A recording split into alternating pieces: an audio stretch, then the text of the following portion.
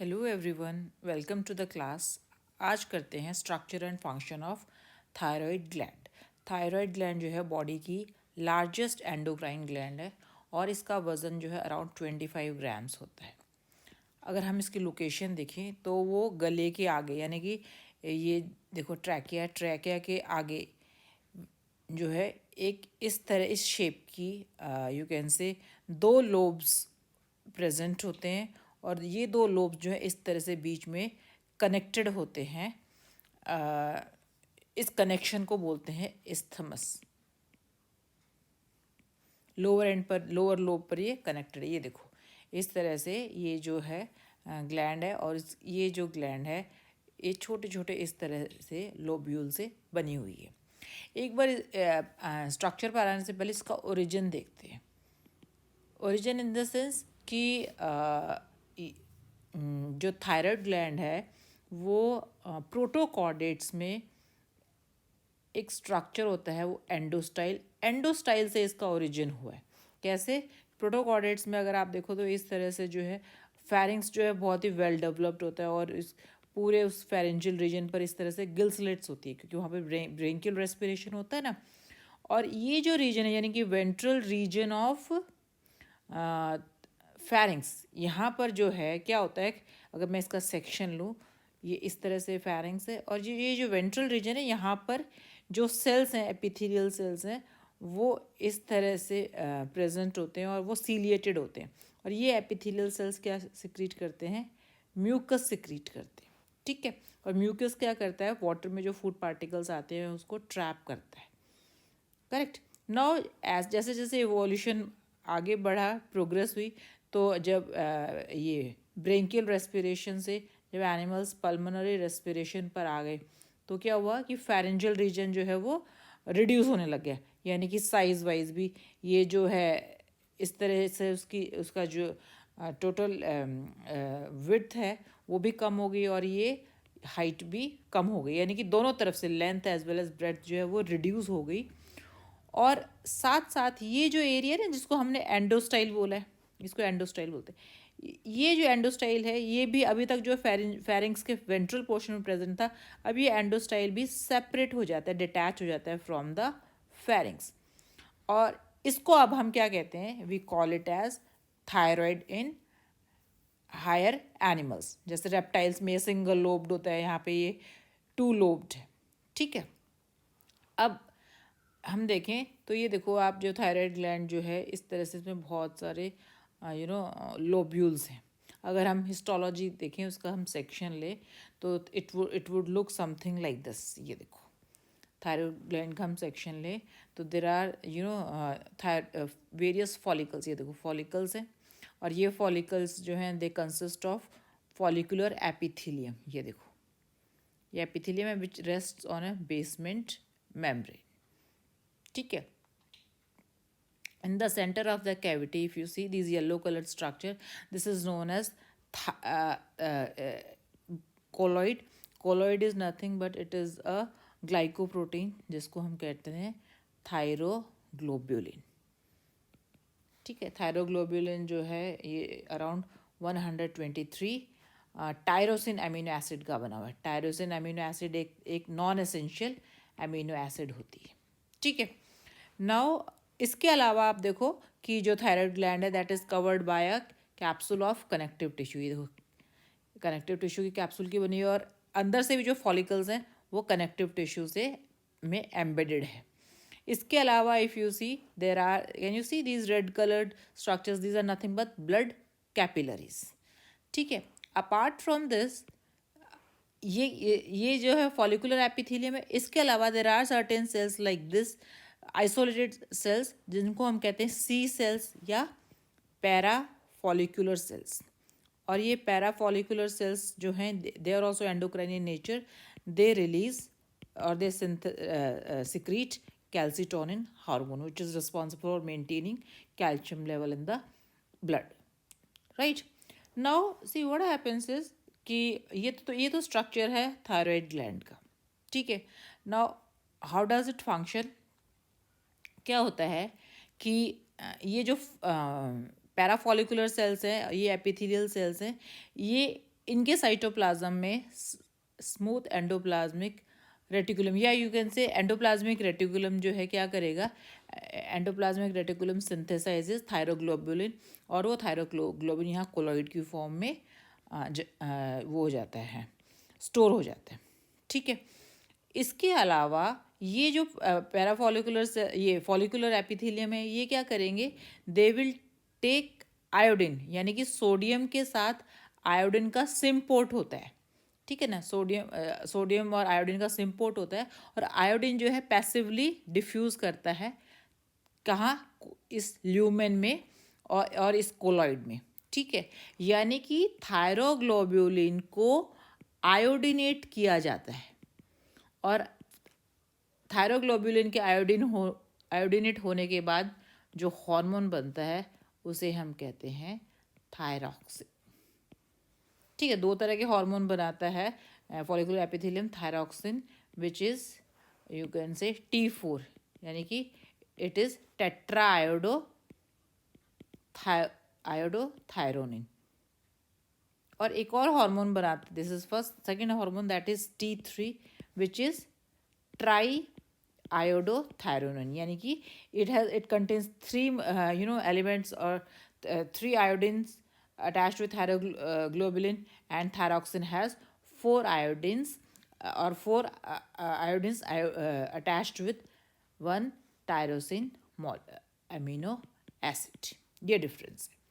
ठीक है, नाउ क्या होता है कि हाइपोथैलेमस, तुम्हें पता ना हाइपोथैलेमस की पोजीशन क्या है। हाइपोथैलेमस क्या रिलीज करेगा, it will release thyrotrophin releasing hormone.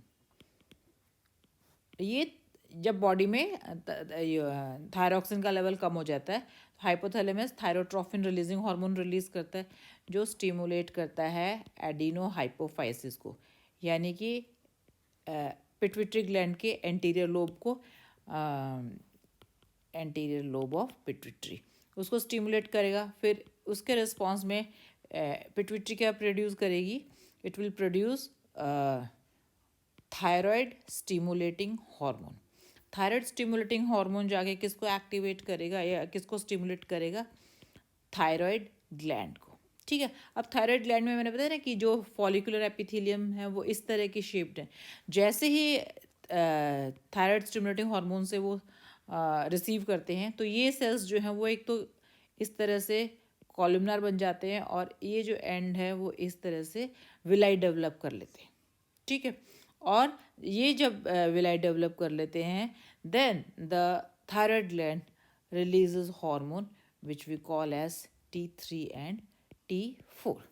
अब क्या डिफरेंस है T3 और T4 में, कि T3 तो मैंने बताया कि जो है 4 मॉलिकुलर डिफरेंस तो यही है केमिकली, कि there are 4 iodine molecules attach to 1 tyrosine amino acid. यहाँ पर कितने, 3 T3, बट पोटेंसी हम देखें तो T3 की अराउंड 7 टाइम्स ज़्यादा होती है, यानी कि triiodothyroxine is more potent than the tetraiodothyronine. But बाकी और डिफरेंस क्या है कि ये जो टेट्रा आयोडोथायरोनिन या थायरॉक्सिन है, इसको थायरॉक्सिन भी बोलते हैं, ये इसका लेटेंट पीरियड 10 to 12 डेज, यानी कि ये सिंथेसिस के 10 to 12 डेज तक इनएक्टिव रहता है, और उसके बाद ये एक्टिव होता है। जबकि ट्राई आयोडोथायरोनिन का जो लेटेंट पीरियड है वो 6 to 12 आवर्स ही है, यानी कि इमीडिएटली वो काम करने लग जाता है, और सेकेंड और थर्ड डे पर तो ये मैक्सिमम एक्टिव होता है या मैक्सिमम पोटेंट होता है। ठीक है, बट क्योंकि ये इसकी पोटेंसी ज़्यादा है, ये बहुत जल्दी डिसअपियर हो जाता है, बहुत जल्दी यूज़ अप हो जाता है इन द ब्लड, और ये जो है थायरॉक्सिन जो है काफ़ी लंबे टाइम तक ब्लड में रहता है। ठीक है, now what is the function, ये मतलब why this hormone is so important, क्या इम्पोर्टेंस है इसकी थायरॉक्सिन की या T3 की या T4 की, दोनों की, कि ये जो है बॉडी के अंदर पूरी बॉडी को के मेटाबॉलिज्म के लिए ये रिस्पॉन्सिबल है। यानी कि थायराइड हार्मोन क्या करेगा, पूरी बॉडी में स्प्रेड हो पूरी बॉडी के हर सेल की मेटाबॉलिक एक्टिविटीज़ को कंट्रोल करता है। कैसे कि जैसे ये थायरॉक्सिन है, ये थायरॉक्सिन क्या करेगा, जाके सेल्स के जीन्स को एक्टिवेट करता है, और वो जीन्स जब एक्टिवेट हो जाती है they produce mRNA। mRNA produce होने के बाद जो है वो पर्टिकुलर प्रोटीन का सिंथेसिस शुरू हो जाता है। ठीक है, यानी कि ये जो थायरॉक्सिन हार्मोन है produced by thyroid gland, it is responsible for very basic metabolism of all the cells of the body. Correct. अब आप सोचो कि बॉडी में कितने भी ऑर्गन्स, दूसरे कितने टिश्यूज़, कितने सेल्स, कितने भी एफिशिएंट हो, पर अगर थायरॉक्सिन नहीं है तो वो अपना मेटाबॉलिज्म प्रॉपरली नहीं कर पाते हैं। अब क्या होता है कि थायराइड ग्लैंड ने थायरॉक्सिन बनाया। अब ये थायरॉक्सिन जो है ब्लड में जाएगा। ब्लड में एक प्रोटीन है नोन एज अल्फा ग्लोबुलिन। ठीक है, तो ये थायरॉक्सिन जो है अल्फा ग्लोबुलिन के साथ अटैच होगा और ये पूरी बॉडी में फिर इसी फॉर्म में सर्कुलेट करता है। Right, now we come to functions of thyroxine. Now we come to functions of thyroid gland, or you can say functions of thyroxine. Right, now the very first and the important most function is that it controls general metabolism. ठीक है, कैसे general metabolism, because जो thyroxine hormone अभी मैंने बताया था कि it controls basal metabolic rate. ठीक है, बेसल मेटाबॉलिक रेट का मतलब ये है कि ये जो है बॉडी के जो रेट ऑफ ऑक्सीडेशन है उसको कंट्रोल करता है, एंड उसके साथ ही जो है प्रोडक्शन ऑफ एनर्जी को कंट्रोल करता है। ठीक है, कैसे ये जो है अगर हम देखें बॉडी का जो बेसल मेटाबॉलिक रेट है वो है around 600 kilo calories per day. ठीक है, क्या होता है कि जितने भी एंजाइम रिएक्शंस हैं जो कि इलेक्ट्रॉन ट्रांसपोर्ट चेन में इन्वॉल्व हैं, उन उन रिएक्शंस को ये कंट्रोल करता है या मेंटेन करता है, जिससे कि एटीपी और हीट प्रोड्यूस होती है। एटीपी तो they are the energy currency of our body, और हीट से जो है बॉडी का जो टेम्परेचर है वो मेंटेन्ड रहता है। ठीक है, अब देखो कि जनरल मेटाबॉलिज्म का मतलब ये है कि अगर ये जो है it controls carbohydrate metabolism, fat metabolism, या you can say lipid metabolism, protein metabolism, right. और इस तरह से जो है ये जो है वेरियस अपने सिस्टम्स को भी कंट्रोल करता है, यानी कि कार्डियोवास्कुलर सिस्टम हो गया या यू कैन से रिप्रोडक्टिव सिस्टम हो गया। इस तरह से ये बिकॉज प्राइमरीली जो है इसका फंक्शन क्या है, बेसल मेटाबॉलिक रेट को कंट्रोल करता है या मेंटेन करता है। ठीक है, दूसरा फंक्शन ये है कि इसका जो इम्पोर्टेंट फंक्शन है वो ये है कि it promotes growth of body tissues and development of mental faculties, development of mental faculties. यानी कि अगर थायरॉक्सिन हार्मोन जो है वो उसकी डेफिशिएंसी हो जाए या उसका लेवल ऊपर नीचे हो जाए, तो जो हमारी जो जनरल ग्रोथ है बॉडी की वो नहीं होगी, और हमारी मेंटल फैकल्टीज़ यानी कि नर्वस सिस्टम या ब्रेन डेवलपमेंट वो इतना प्रॉपर नहीं हो पाता है। थर्ड जो इम्पॉर्टेंट एक और जो फंक्शन है वो ये कंट्रोल करता है कि डिफ्रेंसिएशन, टिश्यू डिफ्रेंसिएशन का मतलब ये है कि बॉडी में जो बहुत सारे सेल्स प्रेजेंट होते हैं उन अनडिफ्रेंशिएटेड सेल्स को स्पेशलाइज्ड सेल्स में कन्वर्ट करना, उसको हम डिफ्रेंसिएशन बोलते हैं। ठीक है, तो ये जो है ये भी थायरॉक्सिन हार्मोन ही कंट्रोल करता है। जैसे मैं आपको बताऊं कि फ्रॉग है, फ्रॉग में टैडपोल जो है उसका लार्वा है, और टैडपोल जो है मेटामॉर्फोसिस होके अडल्ट फ्रॉग में कन्वर्ट हो जाता है, जिसमें ये देखो। ठीक है, ये आप देखो टैडपोल है, ये टैडपोल है, और इस टैडपोल का मेटामॉर्फोसिस जब होता है इट लूजेस सर्टेन स्ट्रक्चर्स। जैसे ये टेल लूज कर देता है, ये देखो वो है फिन है, वो लूज कर देता है, राइट।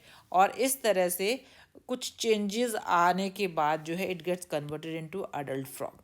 तो अगर जिस वाटर में फ्रॉग रह रहा है और वहाँ पर आयोडीन की डेफिशिएंसी है, आयोडीन की डेफिशिएंसी होगी तो ऑटोमेटिकली थायरॉक्सिन हार्मोन नहीं बनेगा। ठीक है ना, और यानी कि अगर थायरॉक्सिन हार्मोन नहीं है तो मेटाबॉलिज्म नहीं होगा, और जो टैडपोल है वो फ्रॉग में कन्वर्ट नहीं होगा। ठीक है ना। दूसरा एक एग्जांपल और है, जैसे ये देखो, ये क्या है, ये है सेलेमेंडर। सेलेमेंडर एम्बाइस्टोमा इसका साइंटिफिक नेम है। ठीक है, इसको टाइगर सेलेमेंडर भी बोला जाता है। तो ये सेलेमेंडर देखो अडल्ट है, इसका जो लार्वा होता है ना उसको बोलते हैं एक्सोलोटल लार्वा। ये एक्सोलोटल लार्वा जो है ये अगर इफ़ इट बहुत ज़्यादा बार ऐसा होता है कि ये जो है आयोडीन की डेफिशिएंसी वाले वाटर में रहता है, तो ये एक्सोलोटल जो लार्वा ही है it becomes reproductive system gets developed in this larva. जब लार्वा सेक्सुअली उसके रिप्रोडक्टिव सिस्टम डेवलप हो जाता है and it starts producing their own young ones, उसको हम बोलते हैं पीडोजेनेसिस। ठीक है, तो एक्सोलोटल लार्वा जो है एक तरह से बहुत commonly it is seen that it starts showing paedogenesis because it most of the time it lives in iodine deficient water. तो ये जो वो है डिफ्रेंसिएशन है वो हो नहीं पाता है अगर वाटर और जिस सराउंडिंग में वो एनिमल रह रहा है वहाँ पे आयोडीन की डेफिशिएंसी है, क्योंकि वहाँ पर थायरॉक्सिन हार्मोन प्रोड्यूस नहीं हो पाता है। ठीक है, अब जो है वो लैब कंडीशंस में भी देखा है कि यदि इस लार्वा को थायरॉक्सिन हार्मोन दिया जाए then it get converted into adult. Okay, now the fourth important most function which thyroxine control is working of kidneys। ठीक है, यानी कि अगर थायरॉक्सिन की कमी हो जाती है देन किडनी भी यूरिन प्रोड्यूस कम करती हैं, there is decreased urine output. और अगर जो है अगर thyroxine is available then normal vice versa हो जाएगा, there will be increase in urine output, और जो नॉर्मल यूरिन आउटपुट होता है उतना ही होता है। ठीक है, यानी कि 4 फंक्शंस ये इंपॉर्टेंट है। इसके अलावा जैसे मैंने बोला कि सारे मेटाबॉलिज्म और उसको वेरियस आप कितना भी एलैबोरेट कर सकते हो, right. This is all for thyroid gland. Thank you very much.